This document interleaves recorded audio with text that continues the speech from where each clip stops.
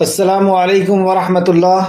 ان الحمد للہ نحمده ونستعینه ونستغفره ونعوذ باللہ من شرور انفسنا ومن سیئات اعمالنا من يهده الله فلا مضل له ومن يضلل فلا هادي له واشهد ان لا اله الا الله واشهد ان محمدا عبده ورسوله رب اشرح لي صدري ويسر لي امري واحلل عقدۃ من لسانی یفقہوا قولی۔ ہر قسم کی تعریف اور شکر اللہ رب العزت کے لیے لائق اور زیبا ہے، جو ساری کائنات کا ایک و تنہا خالق، مالک، مربی اور منتظم ہے۔ درود و سلام ہو انبیاء اکرام پر، خصوصاً نبی مکرم رحمت للعالمین امام الانبیاء محمد صلی اللہ علیہ وسلم پر اور آپ کے اصحاب پر۔ معزز سامعین کرام، آج انشاءاللہ سورہ یونس کی آیت نمبر 31 سے کلاس رہے گی۔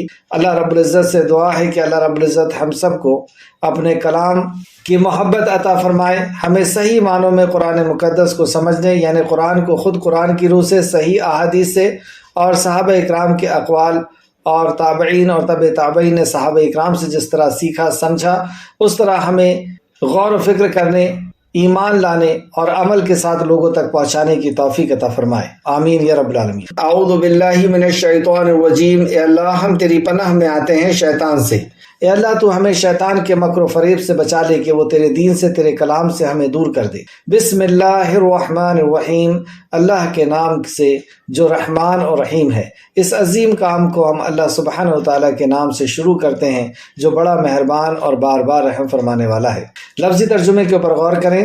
قل من، قل کہہ دیجئے، من کون، یرزقکم رزق دیتا ہے تمہیں، کون رزق دیتا ہے تمہیں، پوچھے ان سے، من السماء آسمان سے، والارض اور زمین سے۔ آسمان سے کون رزق دیتا ہے، یعنی بارش کون برساتا ہے، والارض اور زمین کے اندر سے کون تمہارے لیے کھانے کی چیزیں نکالتا ہے، وامن اور کون، یملکو مالک ہو سکتا ہے، یعنی وہ خالق بھی ہے اور مالک بھی ہے، السمع کانوں، والابصار اور آنکھوں کا، کون کانوں اور آنکھوں کا مالک ہے، ومن اور کون، یخرجو نکالتا ہے، اخراج کرتا ہے، الحی زندہ کو، من المیت مردہ سے، مردہ چیز سے کون زندے کو نکالتا ہے، ویخرجو اور نکالتا ہے، المیت مردہ کو، من الحی زندہ سے، مردہ کو زندہ سے نکالتا ہے، ومن اور کون، یدبرو تدبیر کرتا ہے، پلان کرتا ہے، امر کام کی، کون کام کی تدبیر کرتا ہے، تو وہ ضرور کہیں گے اللہ اللہ سبحان اللہ۔ ان مشرکوں سے، ان کفر کرنے والوں سے بھی پوچھو تو وہ یہ ضرور کہیں گے اللہ۔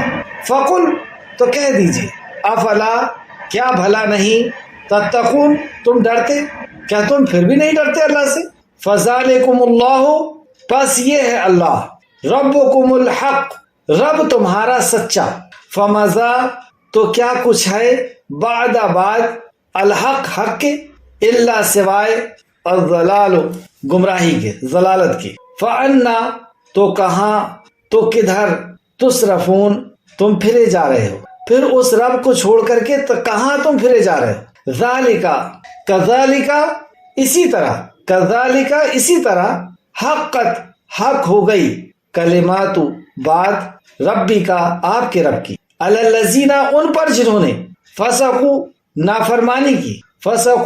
نافرمانی کی، انہم بے شک وہ، لا یؤمنون نہیں وہ ایمان لاتے۔ ان کے اوپر بات ثابت ہو گئی ہے، انہوں نے کائنات کو دیکھ لیا اور کہہ بھی دیا کہ یہ سب کرنے والا اللہ ہے، لیکن اس کے بعد بھی انہوں نے انکار کیا، وہ ایمان نہیں لاتے۔ قل کہہ دیجئے، حل کیا ہے، من شرکائکم تمہارے شریکوں میں سے کوئی، جن کو تم اللہ کے علاوہ ضرورت کا پورا کرنے والا اور مصیبت کا دور کرنے والا سمجھتے ہو، کیا ہے تم میں سے، ان میں سے کوئی، من شرکائکم تمہارے شریکوں میں سے کوئی، من جو یبدأ ابتدا کرتا ہے، الخلق تخلیق کی، ثم پھر یعیدہ وہ لوٹاتا ہو اسے، مطلب کوئی ہے اللہ کے علاوہ تمہارے جو شرکا ہیں کہ جو پہلی بار کسی مخلوق کو بناتے ہوں اور بنانے کے بعد اسے مٹا کر کے پھر سے واپس کرتے ہوں۔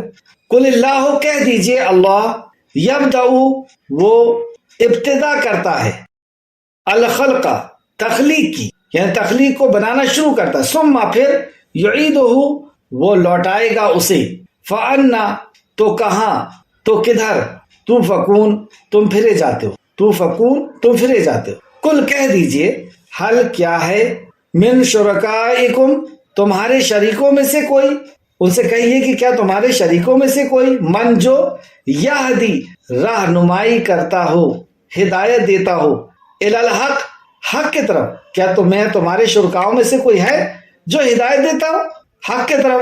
قل اللہ کہہ دیجئے اللہ، یہدی وہ رہنمائی کرتا ہے، للحق طرف حق کی، افمن کیا بھلا جو یہدی رہنمائی کرتا ہے، الی الحق حق کے طرف حق کے، احق کو زیادہ حقدار ہے، ان کے یتبع کہ وہ پیروی کیا جائے، ومن یا جو لا یہدی نہیں وہ راہ پاتا، الا مگر ان یہ کہ یہدا وہ رہنمائی کیا جائے، فما تو کیا ہے، لکم تمہیں، کیفا کیسے، تکفرون تم فیصلہ کرتے ہو، پھر تم کیسے فیصلہ کرتے ہو، وما اور نہیں، یتبعو پیروی کرتے، اکثر ان کے، الا مگر ظن گمان کے، ان الظن بے شک گمان، لا یغنی نہیں کام آتا، من الحق حق کے مقابلے میں،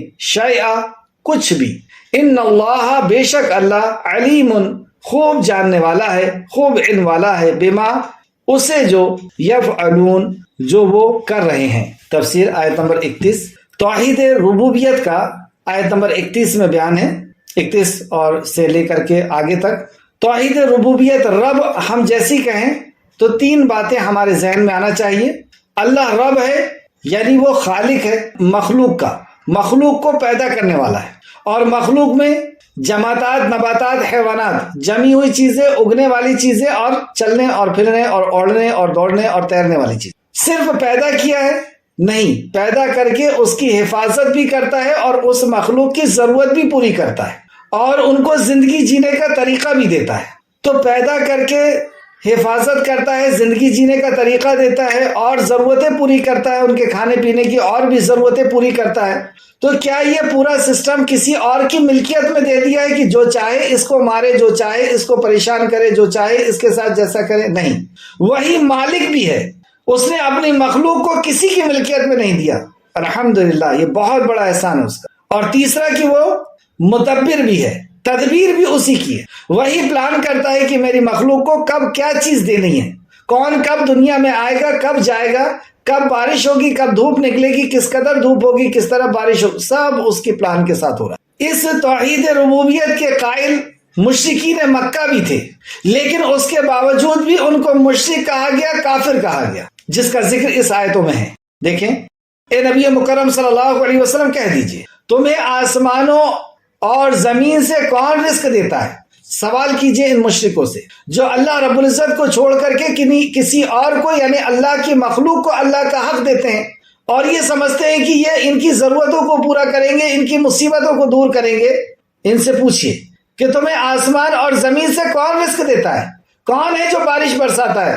اور کون ہے جو زمین کے اندر سے مردہ دانوں کو پھاڑ کر کے اور اس کے اندر زندگی کی ہلچل پیدا کرتا ہے؟ آج تک یہ سوال ہر مشرکین سے اور قیامت تک آنے والے۔ اگر تم نے سائنسداں کو سب کچھ سمجھا ہے، سائنٹسٹوں کو، تو وہ دیتے ہیں کیا؟ آسمان سے کوئی بارش برسا سکتا ہے؟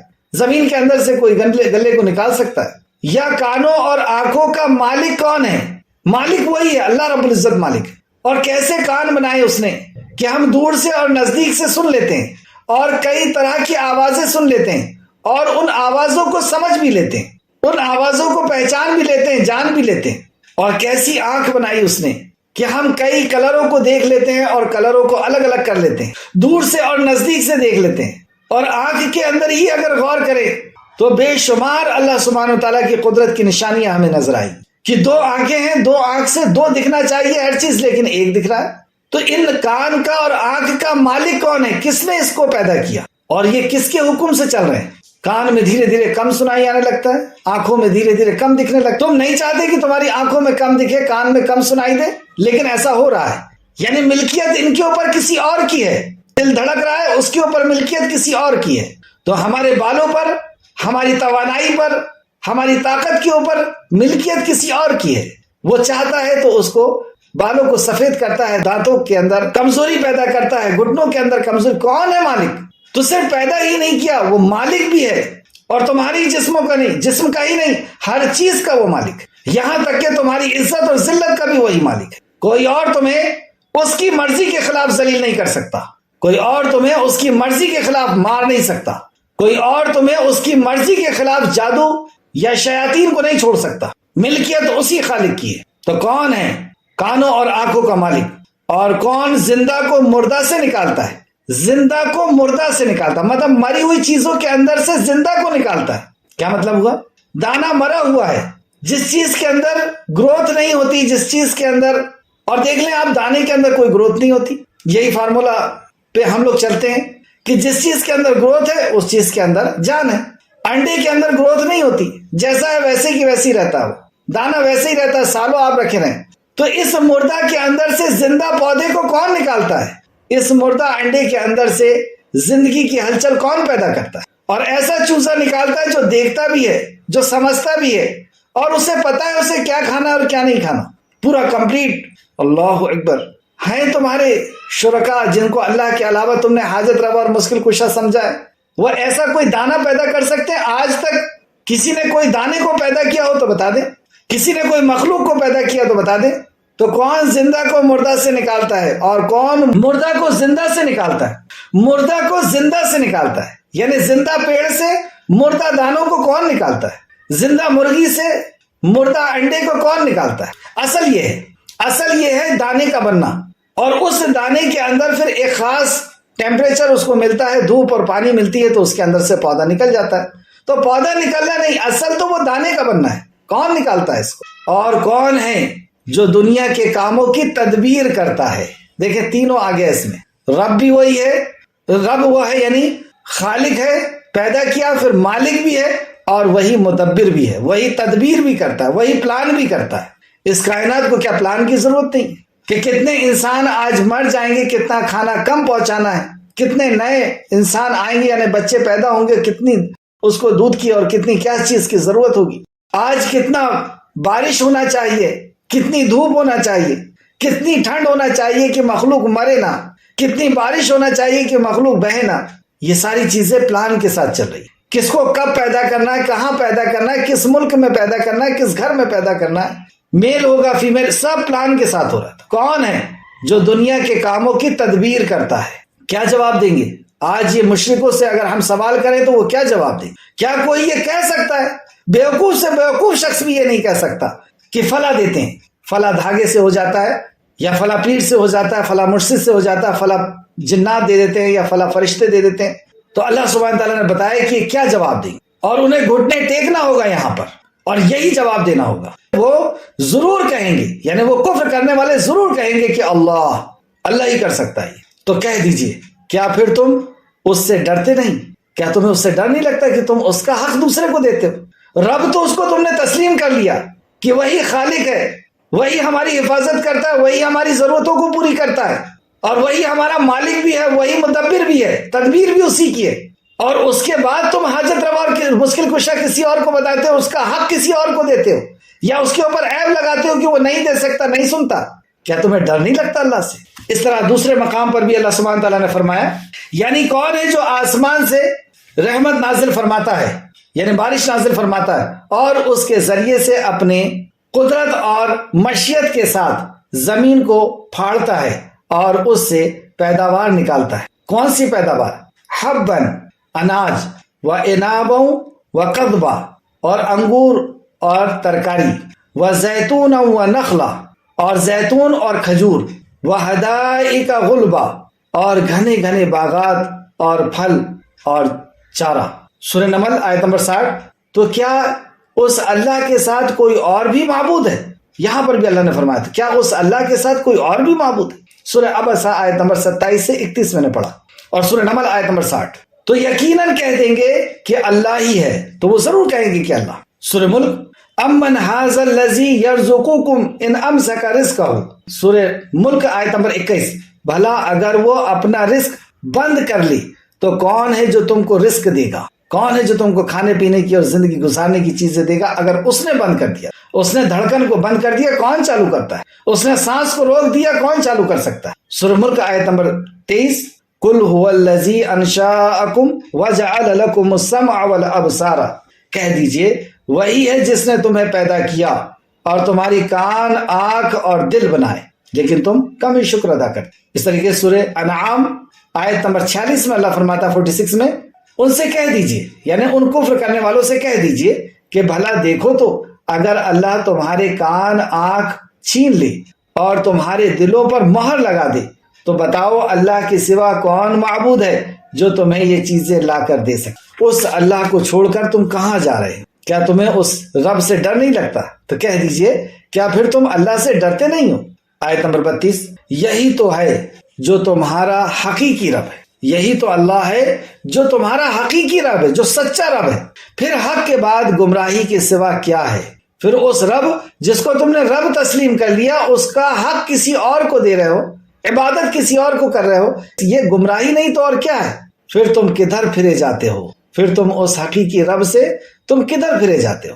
اسی طرح آپ کے رب کا کلمہ ان لوگوں کے بارے میں ثابت ہو کر رہا جنہوں نے نافرمانی کی کہ بے شک وہ ایمان نہیں لائیں گے، بے شک وہ ایمان نہیں لائیں گے جنہوں نے نافرمانی کی۔ اوپر والی آیت میں ہم نے دیکھا کہ اللہ رب العزت نے خود ان کے توحید ربوبیت کی گواہی دی، تو وہ فوراً ضرور کہیں گے اللہ۔ جب آپ ان سے پوچھیں گے کہ کہہ دیجئے تمہیں آسمانوں سے اور زمین سے کون رزق دیتا ہے؟ کون تمہارے کانوں کا اور آنکھوں کا مالک ہے؟ اور کون تم زندہ سے مردہ کو اور مردہ سے زندہ کو نکالتا ہے؟ اور کون ہے جو کاموں کی تدبیر کرتا ہے؟ یہ ساری چیزیں توحید ربوبیت کی تھی کہ خالق پوچھئے ان سے کون ہے، مالک پوچھئے ان سے کون ہے، مدبر پوچھئے ان سے کون ہے، تو اللہ نے خود گواہی دے دی کہ وہ کہیں گے اللہ۔ تو یہ توحید ربوبیت کے قائل تھے، یہ اللہ سبحانہ تعالیٰ نے بتایا، اس کے باوجود اللہ رب العزت کہہ رہا کہ وہ ایمان نہیں لائیں گے، مطلب وہ کافر ہے۔ تو پتہ یہ چلا کہ توحید ربوبیت کے ہونے کے باوجود اگر توحید الوہیت نہیں ہے، توحید عبادت نہیں ہے، وہ اللہ کا حق اللہ رب سبحانہ تعالیٰ کو نہیں دیتے ہیں، تو اللہ رب العزت کے نزدیک ان کی توحید کی کوئی وقت نہیں۔ اصل جو توحید ہے توحید عبادت ہے، وہ تو ساری دنیا مانتی ہے کہ سورج چاند زمین و آسمان کا مالک اللہ ہے، لیکن اگر اس نے اللہ کا حق اللہ رب العزت کو نہیں دیا، یہ ہماری پیدائش کا مقصد ہے، حق اللہ علی العبید، یہ ہماری پیدائش کا حق مقصد ہے۔ وما خلقت الجن والانس الا لیعبدون، کہ نہیں پیدا کیا میں نے انس اور جن کو مگر اس لیے کہ وہ میری اللہ کی عبادت کرے۔ تو رب تو سبھی مانتے ہیں، لیکن اگر اللہ کا حق وہ کسی پتھر کو، کسی جانور کو، کسی انسان کو، کسی فرشتے کو، کسی نبی کو، کسی ولی کو دے رہے ہیں، کسی دھاگے کو، کسی نقش کو، یا کسی بھی چیز کو اگر وہ دے رہے ہیں، تو گویا کہ انہیں اللہ کا حق کسی اور کو دیا، عبادت کسی اور کی، کسی اور کو حاجت روا اور مشکل کشا سمجھا، اور اگر کسی اور کو حاجت روا اور مشکل کشا سمجھا تو اللہ کہتا ہے وہ ایمان نہیں لائیں گے۔ حق ثابت ہو گیا ان کے اوپر، وہ دیکھ رہے ہیں اتنی بڑی کائنات کو اور مان رہے ہیں کہ اس کائنات کا خالق، مالک، رازق، مدبر اللہ رب العزت ہے، لیکن اس کے باوجود اس کا حق کسی اور کو دے۔ تو حق واضح ہو جانے کے بعد اگر یہ شرک کرتے ہیں تو یہ ایمان میں نہیں آنے والا۔ آیت کو پھر سماعت کریں، آیت نمبر 33۔ اسی طرح پہلے آیت نمبر 32 دیکھیں، یہی تو اللہ ہے جو تمہارا حقیقی رب ہے، پھر حق کے بعد گمراہی کے سوا کیا ہے؟ پھر تم کدھر پھرے جاتے ہو؟ اسی طرح آپ کے رب کا کلمہ ان لوگوں کے بارے میں ثابت ہو کر رہا جنہوں نے نافرمانی کی۔ آپ کے رب کا کلمہ ان کے اوپر ثابت ہو کر کے رہا، لیکن انہوں نے نافرمانی، تو بے شک ایمان نہیں لائیں گے، یہ ایمان لانے والے ہیں۔ تو کیا پتہ چلا کہ توحید الوہیت کا انکار کیا اس لیے جنت کی یہ حقدار نہیں، اور توحید کا انکار کیا اس لیے یہ مشرک بھی کہلائے اور ایمان سے خارج کہلائے، اور ان کے کسی بھی اعمال کی کوئی قبولیت نہیں ہے۔ آیت نمبر 34، قل هل من شرکا، کہہ دیجئے کیا تمہارے بناوٹی شریک میں سے کوئی ہے جو پہلی بار مخلوق کو پیدا کرے؟ ایک اور چیلنج، تمہارے بناوٹی معبود جن کو تم نے خود اپنے طور پر بنا لیا، تو کیا یہ جس طرح اللہ رب العزت نے پہلی بار مخلوق کو پیدا کیا، کیا یہ بھی کوئی نئی مخلوق پیدا کرنے کے قادر ہیں؟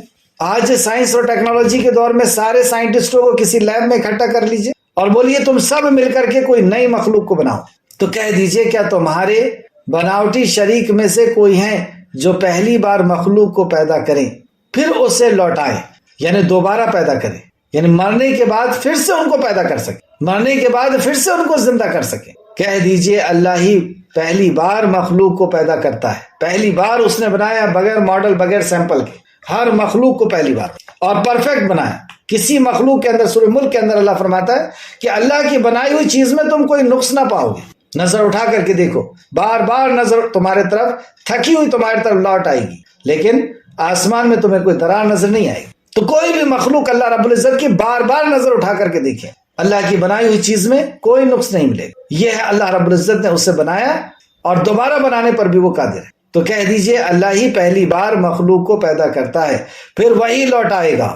جس نے پہلی بار پیدا کیا ہے وہ دوبارہ لوٹانے پر پوری طرح قادر ہے۔ لہٰذا تم کہاں بہکائے جاتے ہو، پھر تم اس رب سے کہاں بھٹک رہے ہو، کہاں تم انسانوں اور پتھروں اور مخلوقوں اور جانوروں کے پیچھے لگے ہوئے، لہٰذا تم کہاں بہکائے جاتے ہو۔ اس رب سے تمہیں کس نے بہکا دیا؟ جس رب کو تم جان رہے ہو اس کی عبادت سے کس نے بہکا دیا تم؟ آیت نمبر 35، کہہ دیجئے کیا تمہارے شریک میں سے کوئی ہے جو حق کے طرف ہدایت دیتا ہو؟ پھر چلے، کہہ دیجئے کیا تمہارے شریکوں میں سے کوئی ہے جو حق کے طرف ہدایت دیتا ہو؟ ایک تو کہا کہ مخلوق نہیں بنا سکتے، اور پورے مل کر کے بھی کوئی مخلوق نہیں بنا سکتے، اور ہم نے صرف مخلوق کو نہیں بنایا، مخلوق کو بنانے کے بعد اسے ہدایت دی ہے۔ جیسے سورہ طٰہٰ آیت نمبر 50 کے اندر کہا کہ میرا رب وہ ہے جو مخلوق کا اندازہ ٹھہراتا ہے، یعنی مخلوق کو بناتا ہی نہیں، مخلوق کا جو اس نے اندازہ ٹھہرایا ہے اس اندازے کو بھی تم بدل نہیں سکتے کہ کون سی مخلوق کتنی بڑی ہوگی، کیسا اس کا کلر ہوگا، کیا اس کا شیپ ہوگا، کچھ نہیں بدل سکتے تم۔ کتنا ہی اس کو کھلا پلا دو لیکن تم اس کو تبدیل نہیں کر سکتے، کتنے ہی تم وٹامنز کے انجیکشن لگا دو تم اس کو تبدیل نہیں کر سکتے۔ جو سائز اللہ رب العزت نے جس مخلوق کا رکھ دیا اس سائز کو تم بدل نہیں سکتے۔ کسی جانور کے اندر سے کوئی چیز کو کم نہیں کر سکتے، اور صرف پیدا ہی نہیں کیا، تم تو پیدا بھی نہیں کر سکتے اور اس کے انداز کو بھی نہیں بدل سکتے، اس کے شیپ کو بھی نہیں بدل سکتے، اس کے کلر کو بھی نہیں بدل سکتے۔ یہ تو بہت دور کی بات ہے۔ وہ بنانے کے بعد اسے ہدایت بھی کرتا ہے، یعنی اس کو زندگی جینے کا طریقہ دیتا ہے، اور صرف زندگی جینے کا طریقہ ہی نہیں دیتا۔ آگے اللہ فرماتا ہے کہہ دیجئے اللہ ہی حق کی ہدایت دیتا ہے، پھر اس میں چلنے کی توفیق بھی دیتا ہے۔ کیا اللہ کے سوا کوئی اور ہے جو زندگی جینے کی ہدایت دے دے ان مخلوق کو، یا تمہیں ہدایت دے دے، تمہیں ہدایت کی توفیق دے دے؟ یہ جو نافرمانیاں کر رہے ہیں انہیں صراط مستقیم پہ لا لیں گے؟ یہ تو خود ان کے سامنے بیٹھ کر کے شراب پیتے ہیں اور کرائم کرتے ہیں، برائی کرتے ہیں، یہ تو ان کو ہدایت نہیں دے پا رہے۔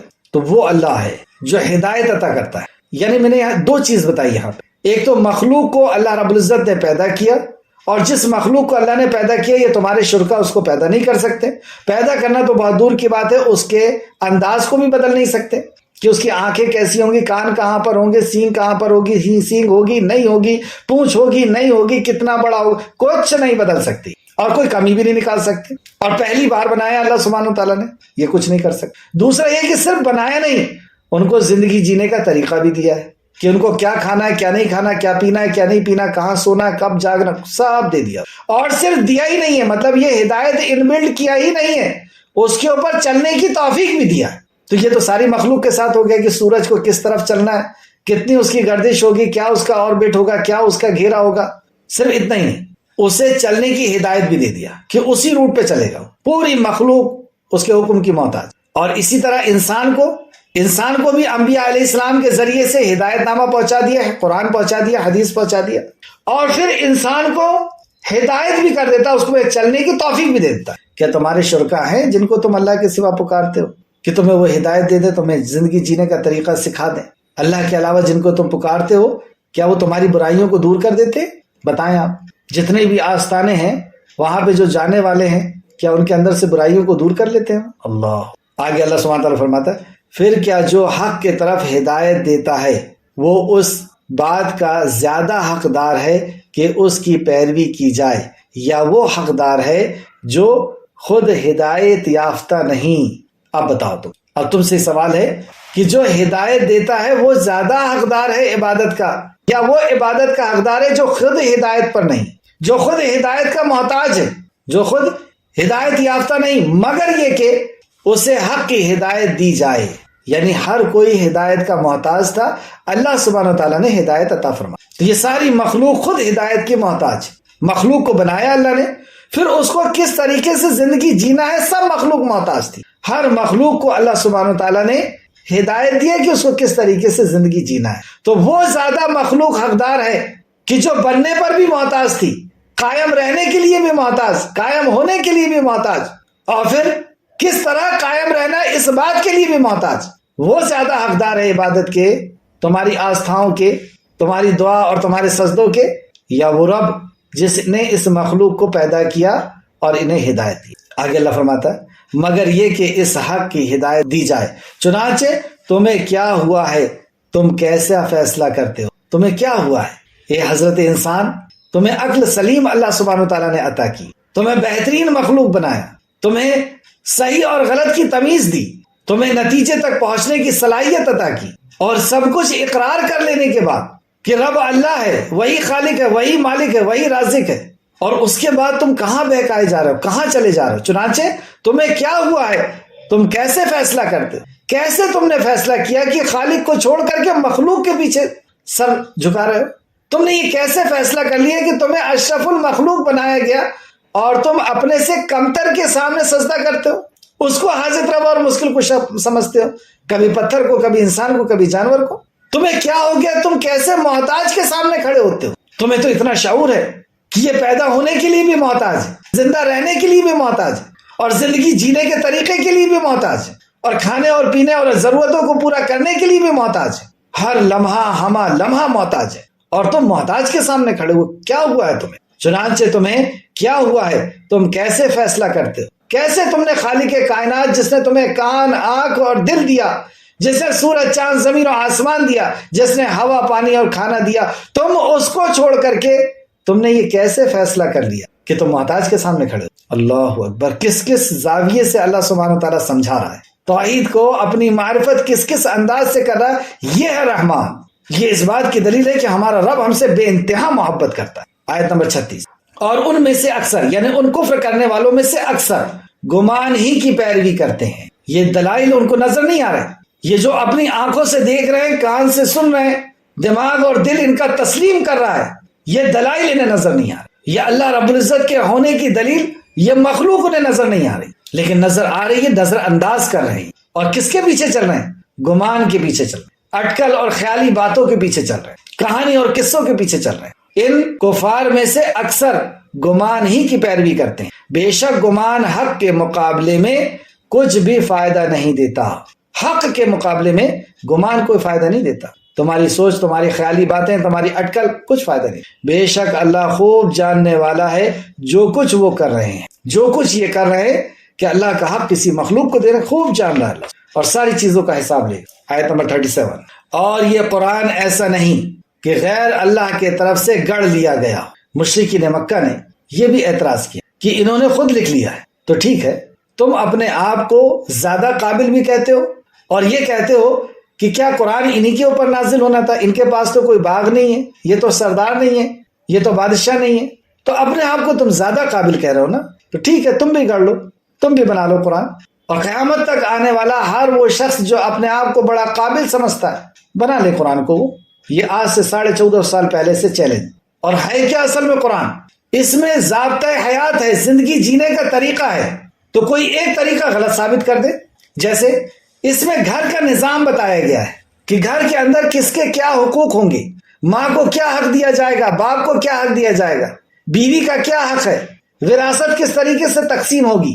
کسی ایک چیز میں غلط ثابت کر دو کہ لڑکے کو اتنا نہیں، لڑکی کو اتنا نہیں ملنا چاہیے، ماں باپ کو زیادہ حق نہیں ملنا چاہیے، بیوی کو ملنا چاہیے، کسی ایک قانون کو غلط کر دو۔ اسی طریقے سے عبادت کا جو طریقہ بتایا گیا ہے اس طریقے کو غلط ثابت کر کے بتا دو۔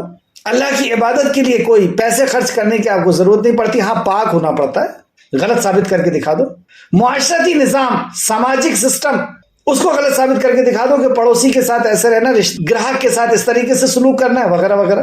قانونی نظام کو غلط ثابت کر کے دکھا دو، مرڈر کی سزا مرڈر ہی ہونا چاہیے، زنا کی سزا 100 کوڑے ہی ہونا چاہیے، کسی نے چوری کیا ہے اور اس حد تک وہ پہنچ گیا تو اس کے ہاتھ کرنا چاہیے، یہ سزا کو غلط کر کے دکھا دو۔ یا اس سزا کے علاوہ کرائم کو کنٹرول کر کے دکھا دو۔ کرائم اسی سے کنٹرول ہو سکتا ہے جو خالق کائنات نے سزا متعین کر دی۔ اس کے علاوہ بھی میڈیکل سائنس ہے قرآن کے اندر، اس کو غلط ثابت کر کے دکھا دو۔ فلکیاتی نظام ہے، اسپیس کے یعنی فزکس بتائی جو گئی ہے، اس کو غلط ثابت کر کے دکھا دو۔ اسپیس کے نظام کو جو اللہ رب العزت نے بتایا ہے کہ اس طریقے سے سورج اور چاند اور ستارے یہ گردش کر رہے ہیں، اس کو غلط کر کے دکھا دو۔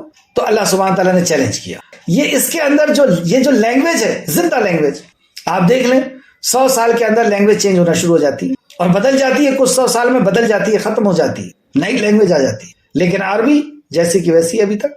اس قرآن کے اندر جو گرامر سیٹ کیا گیا ہے اس کے اندر کوئی غلطی بتا دو، فصاحت اور بلاغت جو قرآن کے اندر ہے اس کے اندر کوئی کمی نکال کے دکھا دو۔ تم تو عربی کے بہت جاننے اور ماننے والے اپنے آپ کو کہتے ہو، عربی کے علاوہ تم سب کو اجمی کہتے ہو، امی کہتے ہو، امی یعنی گونگا۔ عرب جو لوگ عربی جانتے تھے وہ غیر عربی کو گونگا کہتے تھے۔ گونگا یعنی یہ اپنے احساسات کو بیان نہیں کر سکتا، اور حقیقت بات ہے کہ مجھے اپنے احساس کو آپ کے سامنے رکھنا پڑ رہا ہے تو میں کہیں انگلش بول رہا ہوں، کہیں اردو بول رہا ہوں، کہیں ہندی، کہیں عربی، مطلب میں اپنے پوری بات کو ایک لینگویج کے اندر پیش نہیں کر سکتا۔ اور صرف قرآن کے اندر یہ کمال ہے کہ اپنی ہر بات کو وہ عربی میں پیش کر سکتے۔ اس لیے عربی یہ کہتے تھے عربی جاننے والے کہ جو عربی نہیں جانتا وہ گونگا ہے، مطلب وہ اپنے احساس کو بیان نہیں کر سکتا، کیونکہ دوسری لینگویج میں وہ لفظ ہیں ہی نہیں، عربی میں ہر چیز کے لفظ ہیں۔ اللہ اکبر! تو تم اپنے آپ کو اتنا کچھ سمجھتے ہو، کہیں سے تو اس میں مسٹیک نکالو۔ تم شعر و شاعری کے انداز میں بات کرتے ہو، لو اللہ سبحانہ تعالیٰ نے شعر و شاعری کے انداز میں بات کر دیکھیں آپ، قل هو اللہ احد، دال پہ ختم ہو رہا، اللہ الصمد لم یلد ولم یولد ولم یکن لہ کفوا احد۔ اور بھی دوسری آیتیں آپ دیکھیں، سورہ رحمان، سورہ یاسین، اللہ اکبر، لگتا ہے سنتے رہ جاؤ، سمجھ میں نہیں آتا لیکن آنکھوں سے آنسو نکلتے، یہ کیسے ہو؟ تو چیلنج کرتا اللہ، اور یہ قرآن ایسا نہیں کہ غیر اللہ کی طرف سے گڑھ دیا گیا ہو، بلکہ یہ تو ان کتابوں کی تصدیق کرتا ہے جو اس سے پہلے کی ہے، اور ان تمام کتابوں کی تفصیل بیان کرتا ہے، تورات کی، زبور کی، انجیل کی۔ یہ بھی ایک اللہ سبحانہ تعالیٰ کا بنایا وہ سسٹم ہے کہ پچھلے نبی نئے نبی کی خبر دے کر کے جاتے ہیں، اور پچھلی کتاب نئی کتاب کی خبر دے دیتی ہے کہ اب اس کتاب کے بعد جو کتاب آنے والی ہے اس میں یہ خوبی ہے، اور نبی بتا دیتے ہیں کہ اب جو نبی آنے والے ہیں ان کی یہ پہچان ہے، یہ چین چلی آ رہی ہے۔ اور پھر نبی جو آتے ہیں وہ پچھلے نبی کے تعلق سے بتا دیتے ہیں کہ ان نبی کے تعلق سے یہ باتیں ہیں، ان کی یہ جو ہے سیرت ہے۔ جیسے یوسف علیہ السلام کی سیرت نہ تورات میں پوری ملتی ہے، نہ انجیل میں ملتی ہے، نہ زبور میں ملتی ہے، نہ ان کے پاس تھی، لیکن نبی کریم صلی اللہ علیہ وسلم نے ہو بہو بیان کرے۔ مریم علیہ السلام کی، عیسیٰ علیہ السلام کی، عیسیٰ علیہ السلام کی تاریخ خود انہیں نہیں پتا تھی۔ تو اس طریقے سے کتاب بھی پچھلے کتاب کی تصدیق کر دیتی ہے، اور نئی کتاب اور نئے نبی بھی پچھلے نبی کے تعلق سے بتا دیتے ہیں۔ یہ بھی ایک صداقت کی دلیل ہے۔ اور سنو، اس میں کوئی شک نہیں کہ یہ رب العالمین کی طرف سے نازل ہو، اس میں کوئی شک نہیں۔ اس طرح دوسرے مقام پر بھی اللہ نے فرمایا، سورہ ہود آیت نمبر 13، کیا یہ کہتے ہیں کہ اس قرآن کو اس نے گڑھ لیا ہے، خود لکھ لیا ہے؟ جواب دیجئے کہ پھر تم بھی اس کے مثل 10 صورتیں گڑھی ہوئی لے آؤ، اور اللہ کے سوا جس کو چاہو اپنے ساتھ ملا لو۔ اللہ کے سوا جس کو چاہو، یعنی قیامت تک آنے والے ہر کسی کو چاہو تو ملا لو، اور اگر تم سچے ہو تو یہ کر کے دکھا دو۔ اس طریقے سے سورہ بنی اسرائیل آیت نمبر 88 میں اللہ فرماتا ہے، کہہ دیجئے کہ اگر تمام انسان اور کل جنات مل کر اس قرآن کے مثل، اس قرآن کے جیسا لانا چاہیں تو ان سب سے اس کے مثل بنانا ناممکن ہے۔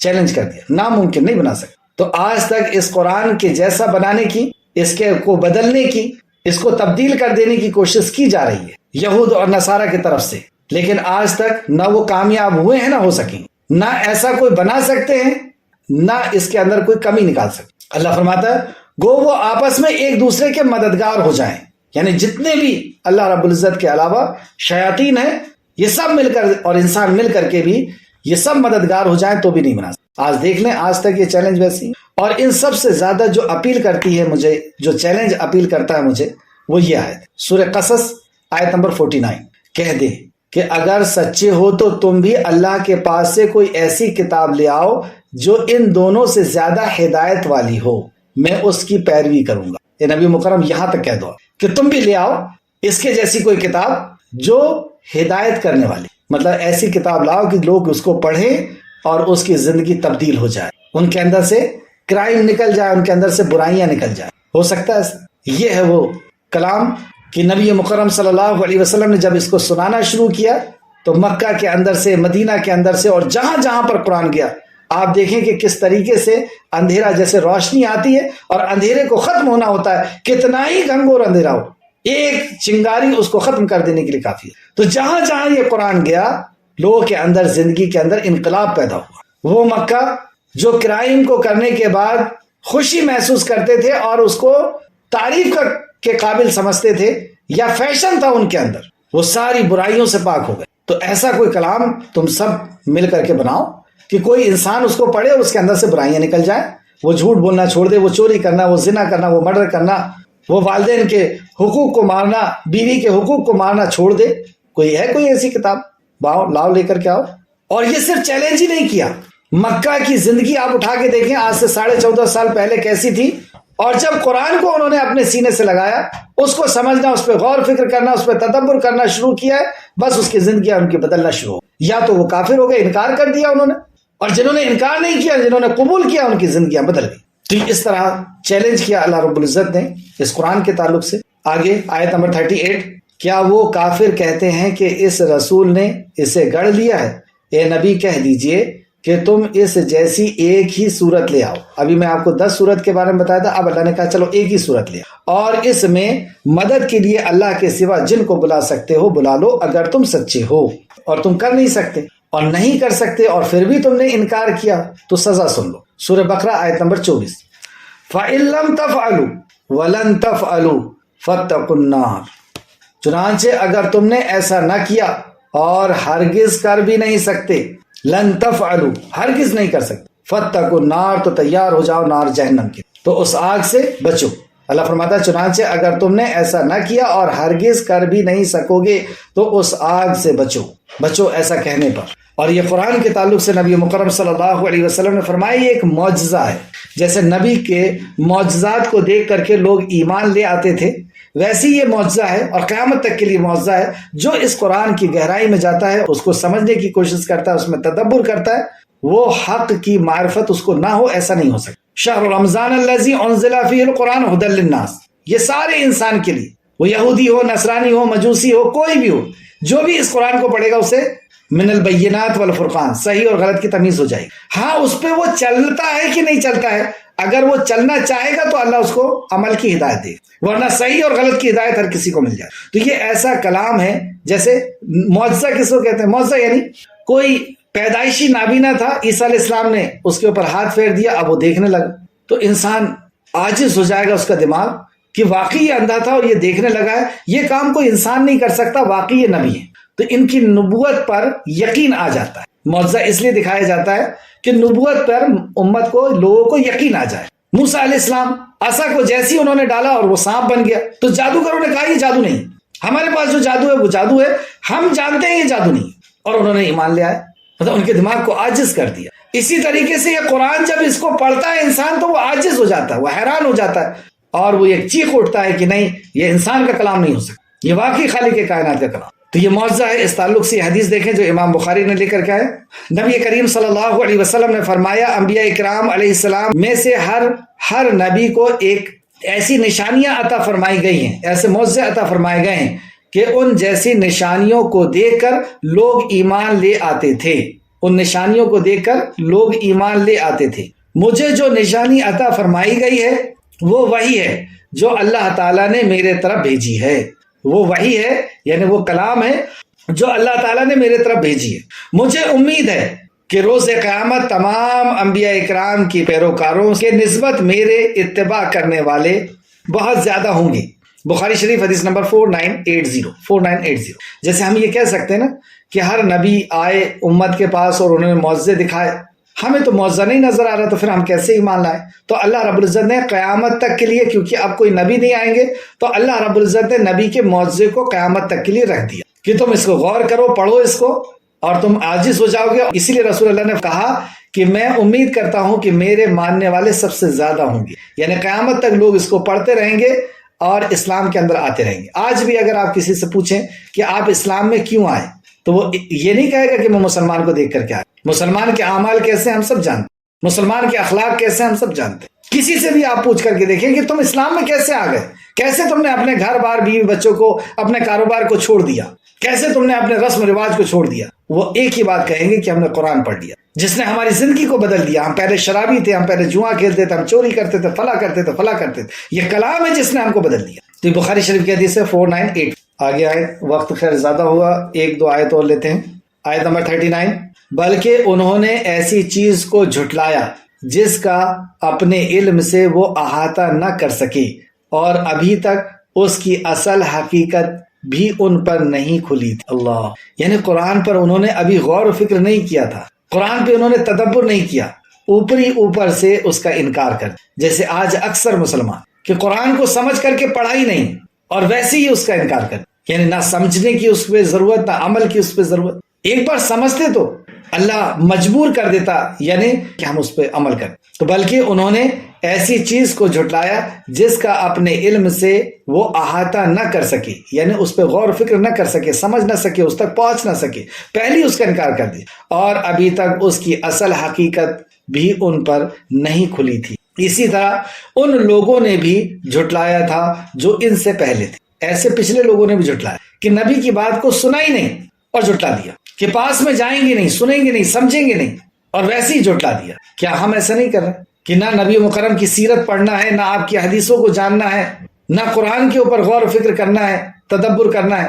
تو پچھلے قوموں نے بھی ایسے ہی کیا تھا، ان کا جو انجام ہوا وہی انجام ہونا ہے۔ اللہ کے ہاں قانون بدلا نہیں جاتا۔ تو اللہ رب العزت نے فرمایا پھر دیکھو ظالموں کا انجام کیسا ہوا۔ یہ ظالم ہے، یہ شخص ظالم ہے جس نے قرآن کی حقیقت کو سمجھا ہی نہیں، اس پہ غور و فکر ہی نہیں کیا اور اس کو جھٹلا دیا۔ یعنی دنیا کی ہر کتاب کو پڑھا سمجھا، لیکن قرآن کو پڑھنے اور سمجھنے کی اس نے ضرورت محسوس نہیں، حدیث کو پڑھنے اور سمجھنے کی ضرورت، سیرت کو پڑھنے اور سمجھنے کی ضرورت اس نے محسوس نہیں۔ اسے ظالم کہا۔ پھر دیکھو ظالموں کا انجام کیا ہوا۔ تو انجام کیا ہوتا ہے؟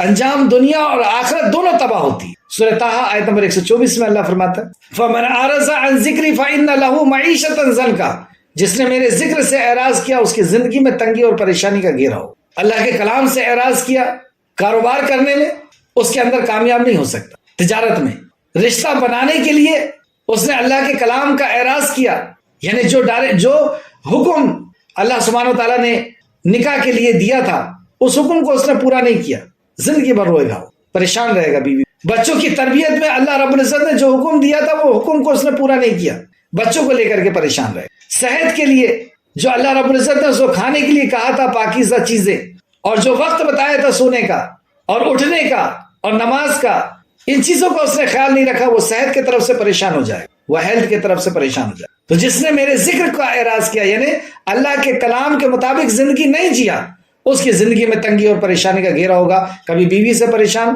کبھی بچے سے پریشان، کبھی اپنی صحت سے پریشان، کبھی دولت سے پریشان۔ ایسا اللہ سبحانہ تعالیٰ اس کو گھیر کر کرے۔ تو فرمایا پھر دیکھو ظالموں کا انجام کیسا ہوا۔ تو دنیا بھی تباہ، قبر بھی تباہ، اور حشر کے اندر بھی اسے اندھا بنا کر کے اٹھایا جائے گا، اور وہ کہے گا میں تو دیکھتا بھالتا تھا، مجھے یہ کیا ہو گیا۔ سورہ طٰہٰ آیت 126۔ اللہ رب العزت اعلان کروائے گا کہ اسی طرح میری آیتیں تیرے سامنے آتی نہیں، تو نے اسے نظر انداز کیا، آج تیرے ساتھ یہی سلوک کیا جائے۔ دنیا میں اللہ رب العزت کی نشانیوں کو دیکھ کر کے، اللہ کے کلام کو دیکھ کے، اللہ کے معجزات کو دیکھ کر کے نظر انداز کیا تو نے، آج تیرے ساتھ بھی یہی سلوک۔ آج کی کلاس کی آخری آیت 140 نمبر، اور ان میں سے بعض وہ ہیں جو اس قرآن پر ایمان لاتے ہیں۔ ایمان لانے والے کیسے ہوتے ہیں؟ جو اس کا حق ادا کرتے ہیں۔ حق ادا کرنے والے قرآن کے اندر ایک جگہ فرمایا اللہ سبحانہ کہ جو اللہ کے کلام ادا کرتے ہیں، جب وہ قرآن کو پڑھتے ہیں تو اس پہ غور و فکر کرتے ہیں، ان کی آنکھوں سے آنسو گرتے ہیں، وہ سجدہ ریز ہو جاتے ہیں، یعنی وہ اس پہ تدبر کرتے ہیں، ایمان لاتے ہیں، عمل کرتے ہیں۔ یہ حق ہے، صرف منہ زبانی کلامی نہیں کہ ہمیں کلام پر ایمان ہے۔ ایمان کا مطلب یہ ہوتا ہے دل کا یقین، زبان کا اقرار اور اعضاء کا عمل۔ اور ان میں سے بعض وہ ہیں جو اس قرآن پر ایمان لاتے ہیں، اور ان میں سے بعض وہ ہیں جو اس پر ایمان نہیں لاتے، اور آپ کا رب ان فساد کرنے والوں کو خوب جانتا ہے۔ یہاں ایسا کیوں کہا فساد کرنے والوں کو خوب جانتا ہے؟ یعنی جو ایمان لاتے ہیں وہ عمل کرتے ہیں، اور جو ایمان نہیں لاتے وہ فساد، نافرمانی، ظلم کسے کہتے ہیں؟ ظلم اللہ کی نافرمانی کو، جس کا جو مقام تھا اس سے اس مقام کو ہٹا دینا۔ تو ظلم کبھی ان الشرک لظلم عظیم، اللہ کا حق نہیں دینا، مخلوق کا حق نہیں دینا، یا اپنی جان پر ظلم کرنا، یعنی اپنے آپ کا حق ادا نہیں کرنا۔ آیت کو پھر سے سمجھیں، اور ان میں سے بعض وہ ہیں جو قرآن پر ایمان لاتے ہیں، اور ان میں سے بعض وہ ہیں جو اس پر ایمان نہیں لائے، اور آپ کا رب ان فساد کرنے والوں کو خوب جانتا ہے۔ تو فساد کرنے والے کون ہو؟ کیا ہے فساد؟ زمین کا فساد کیا ہے؟ زمین کا فساد ہے اللہ کے نبی کی نافرمانی، قرآن و حدیث کی نافرمانی۔ تو جو نافرمانی کرنے والا ہے، کیا وہ ایمان لانے والا ہے؟ ایمان لانے والا تو وہ ہے جو یقین کرتا ہے اور عمل کرتا ہے اس پہ۔ اللہ رب العزت سے دعا ہے کہ اللہ رب العزت ہمیں صحیح معنوں میں قرآن مقدس کے اوپر ایمان لانے کی توفیق عطا فرمائے، اس پہ غور و فکر کرنے، قرآن سے محبت کرنے کی اے اللہ تو ہم سب کو توفیق عطا فرما، اس پہ ہمیں غور و فکر کرنے کی، اور اس کو صحیح منہج پر صحابہ اکرام نے جس طریقے سے سمجھا اور اس پہ عمل کیا، رسول اللہ نے جس طرح سمجھایا اور عمل کرا، اس طریقے سے ہمیں عمل کرنے کی توفیق عطا فرما۔ اے اللہ جب تک ہمیں زندہ رکھ، ایمان، اخلاص اور عمل صالح کے ساتھ ہمیں زندہ رکھ، ہمارا خاتمہ بالخیر فرما اور نیکوکاروں کے ساتھ ہمارا شمار فرما دے، آمین یا رب العالمین۔ اللهم صل على محمد وعلى آل محمد كما صليت على إبراهيم وعلى آل إبراهيم إنك حميد مجيد، اللهم بارك على محمد وعلى آل محمد كما باركت على إبراهيم وعلى آل إبراهيم إنك حميد مجيد، آمين يا رب العالمين۔ السلام علیکم ورحمۃ اللہ وبرکاتہ۔